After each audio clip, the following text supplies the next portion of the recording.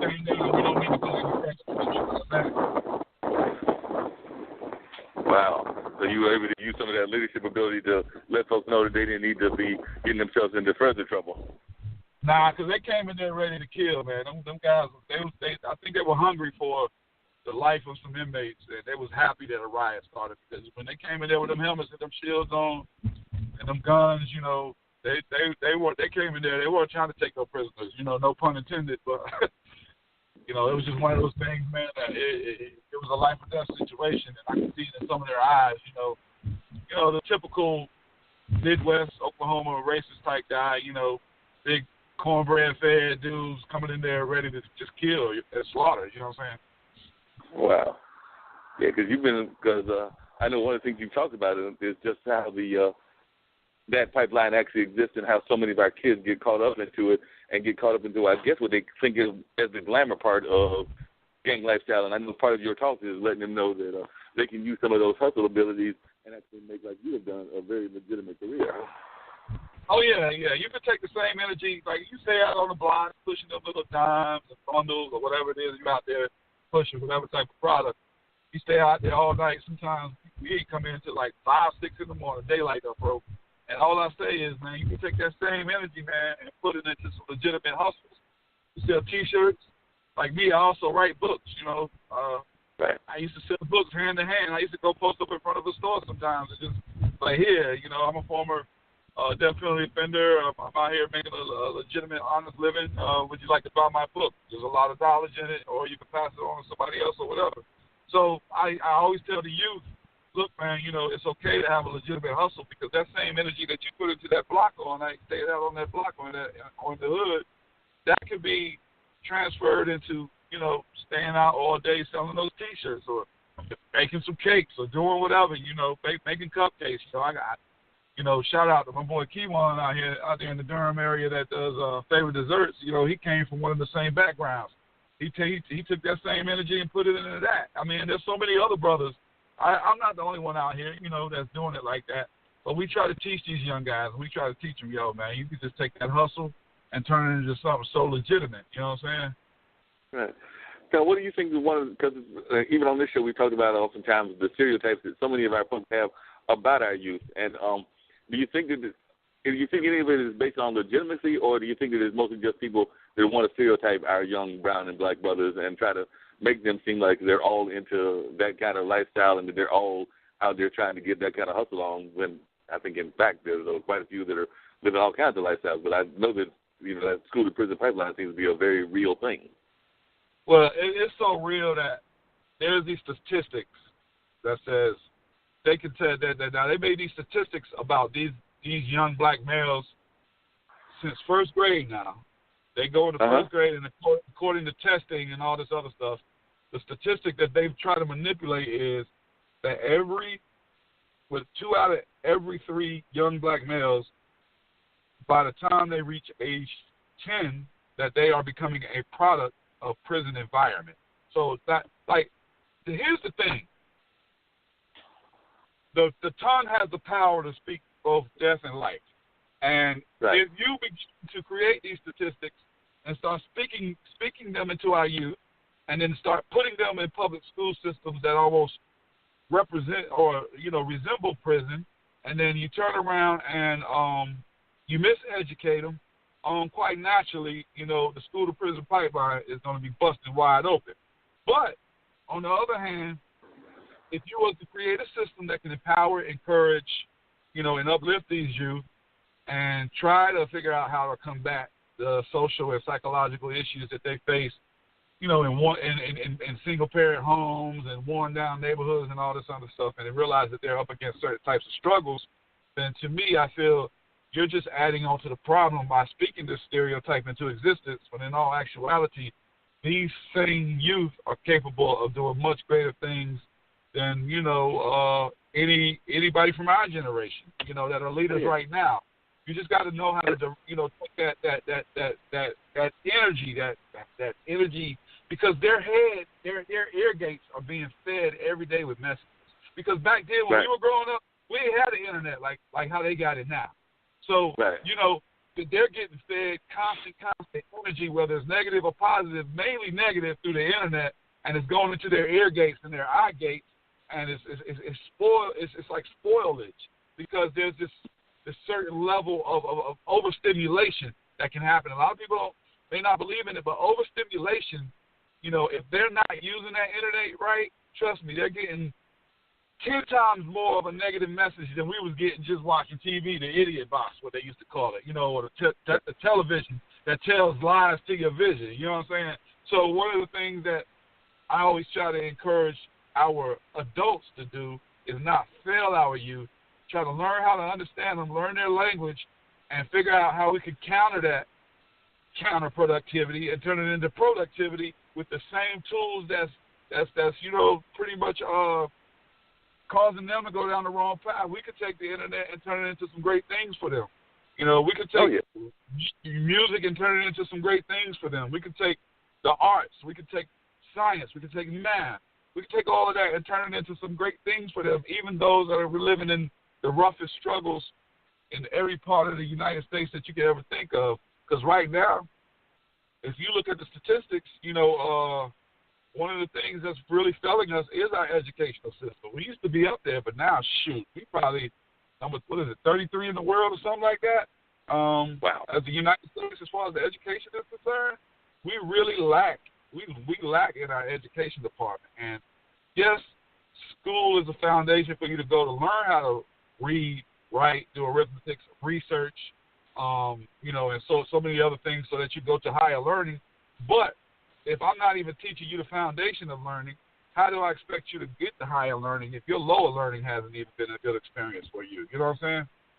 Yeah, and it's almost like we've gotten caught up into getting away, because we talked about it even on the show before, some of the basics. It's like we're not even teaching critical thinking, and we're killing things like the arts, which helps enhance critical thinking, and that arts is just one of them. We're not even really encouraging all that much science development, as best I can tell, in terms of our public school system.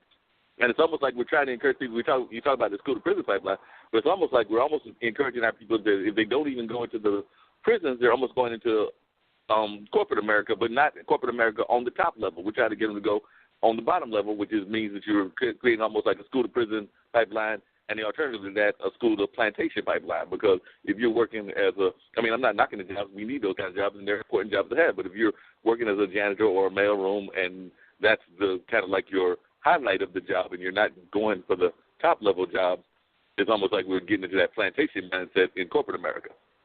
Yeah, we've gone from the father in the household to the father in a bottle.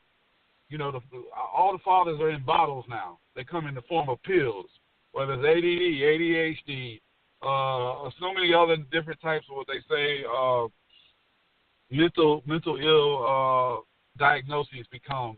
It's always a father in a bottle. There's something there in a bottle. You're medicating these children, or you're not bringing them. You got teachers nowadays that they don't even want to be bothered. They bring their problems into the school, or they they're not focused on teaching. You got so many different types of behavior, and it's crazy that you was talking about. We're getting rid of the arts and stuff like that actually develop parts of the brain. You got your left brain, your right brain, but your left brain and the right brain stimulation actually helps your frontal lobe develop even better. And if it's not being stimulated, and your frontal lobe, which is part of the human behavior, is being like really wasted. And by the time you get into your mid-20s to early 30s, your character and your personality hasn't even developed right, because you're not stimulating the right and the left brain with logical and mathematical and artistic and creativity and all that stuff. Because one of the things that, to me, if you are forming or you're molding, have you ever watched a potter create a pot? And while that pot is spinning, he has to put his hand on all sides of that pot while it's spinning, and then mold it, and form it the right way. So if he only has his right hand on the right side of the pot, that pot is not going to form right. So he has to put both hands and go all the way around the form of the right and stimulate the whole pot for that pot to come out right. If that brain is not being touched on both sides and the front and the back and not being stimulated correctly, I'm telling you, personality disorders and everything are going to develop. Right. And that oftentimes happens, and a lot of times we also don't get the support in our families. I know you were fortunate enough that it happened later in your life. You had some serious mentors, and we'll talk about one of them in a little bit because I know you have very passionate things to say. We talked about them on the show before, Bob and Chuck Davis. But you had that fortunate, and I, of course, have had the fortune that my dad, who's now teaching my nephews at a young age, because they're about to be this year they'll be 2008, 2009. So they're about to be 8 and 9. So next year they'll be 9 and 10. So, they've always got that kind of creative development. But you're right, a lot of our kids don't have that kind of development, so they're just kind of like being sucked in by the TV and everything. I remember a friend of mine who was raising her daughter, and it seems like every time she turned around and needed to get away or wanted to get away from that child, she was letting letting either the kids watch TV when they had a TV or get hooked on the old internet stuff. And that's another form of babysitting that's probably not all that great for that kid's development later in life. Exactly. I'm going to tell you something. So I got a nonprofit. It's called Polished Souls Foundation Incorporated, right here in the Triangle area, in the Raleigh-Durham area. It reaches out to Orange County, reaches out to Alamance County. I cover 5 counties. And so one of the things that happened was I developed adjudicated youth through the arts. I helped develop them. I get them involved with programs. I had them involved with, like, beautification projects for senior citizens, all sorts of things, so they can have community service hours and get off of probation early. And I got a few of them in the schools. I got them out of gangs and all sorts of things. So the program started picking up, and then before you know it, I was getting charity funding from certain organizations, and I'm not going to mention their names, but later on in life, they came to me and told me, probably about into my 3rd year of the program, was like, well, we can't fund you no more unless you turn your organization into either a basketball team or baseball team. And I was so, like, shocked that this is what I was hearing, because here we have a bunch of educated youth and guys from the streets that aren't athletes. And we was able to reach them and break that chain of going in the wrong direction through the arts. And I'm just like, okay, some of these guys don't play baseball. Some of them don't play, basketball. Some of them were raised in a project apartment full of sisters and a single mother. So, some of them don't have an ounce of athleticism in them. And said, even though I'm an athlete, yeah, I could change if I wanted to keep getting the money, but I'm not going to change my mission that I know is very impactful for those that need this type of frontal lobe development and right and left brain thinking development. So it's ironic that that we we'll turn a young black male into an athlete before we turn him into a scholar or an artist or a creative designer. And it's just, I don't know, because to be honest with you, a lot of athletes fall victim to the system quicker than a scholar. Yeah, because a lot of times after they do their athletic skills and after they've had their athletic stardom, a lot of times when they then are done, too often, in my opinion, they haven't been trained in the business or some of the things that you're training your artists in. So then they wind up falling back into the system because they don't have anything really to fall back on other than now that their athletic skills are done. Because a lot of them, there's very few that make it as star athletes, and even fewer, much fewer, that make it on the coaching level, and we won't even talk about the ownership level. So if you only got a few of them that are making that, then you're going to wind up having people that are going to go back to what they know. And if they haven't had that proper education, and some of them have left college early, some of them haven't even gone to college or had any of that kind of education, then they're going to fall back into the system to some degree. I don't think it's an accident that some of our athletes we then see on the news have committing this crime or that crime. Yeah, exactly. And and I look back, and I was actually on the inside with some of those athletes that had high-profile cases. Just out of respect, I won't mention their names, but people can imagine, because some of them are surfacing back up into the media, because they're trying to get their kid, they're trying to raise their kid or whatever. So and they're remorseful for whatever they've done or did. And so the thing about it is that I've had conversations with these guys, and some of them felt like they felt like they wish they would have explored the scholar world more so than the athletes world. So, and all I can do is I'm just one man, and I'm not going to save the world, but I might die trying. But we have to collectively come together and become that village again, because we've lost the essence of the village. And the way that we've lost the essence